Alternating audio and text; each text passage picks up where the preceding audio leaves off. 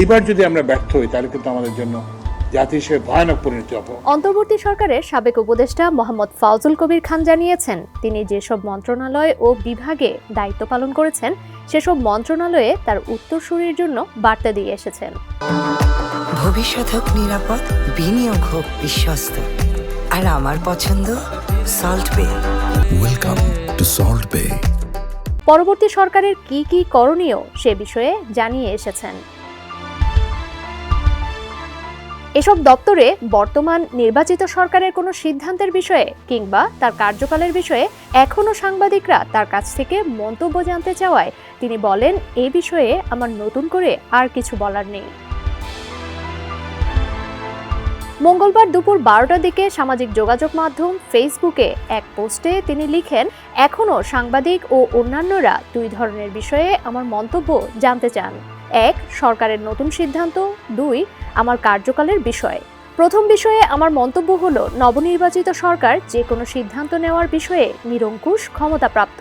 দ্বিতীয় বিষয়ে আমার মন্তব্য হলো, আমি 3 মন্ত্রণালয়ে উত্তরসূরির জন্য বার্তা রেখে এসেছি, যেখানে আমরা কোথা থেকে শুরু করেছি, কি করেছি, এখন কোথায় আছি, কি করতে পারিনি ও ভবিষ্যৎ করণীয় বিষয়ে বিস্তারিত জবাবদিহি রেখে এসেছি।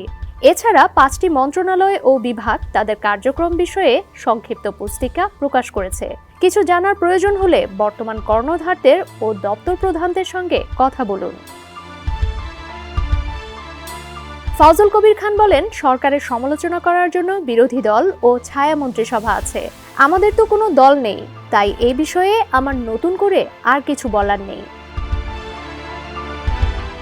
আমি আগেই জনসম্মুখে বলেছি যে দলই নির্বাচিত হোক না কেন, জাতি হিসেবে আমরা তাদের পেছনে দাঁড়াবো। আরেকটা কথা, সরকারের কাছ থেকে ভালো কিছু পেতে হলে সরকারকে সময় দিতে হবে। কোনো সরকারই জাদুর চেরাগ নিয়ে আসে না, তাছাড়া অবকাঠামো খাতে প্রকল্প বাস্তবায়ন সময় সাপেক্ষ।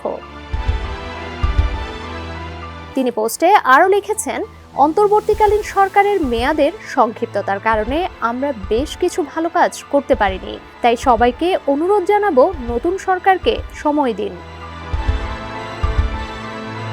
প্রসঙ্গত, মোহাম্মদ ফাউজুল কবির খান অন্তর্বর্তী সরকারের মেয়াদে বিদ্যুৎ, জ্বালানি ও খনিজ সম্পদ মন্ত্রণালয়, সড়ক পরিবহন ও সেতু মন্ত্রণালয় ও রেলপথ মন্ত্রণালয়ের উপদেষ্টা ছিলেন।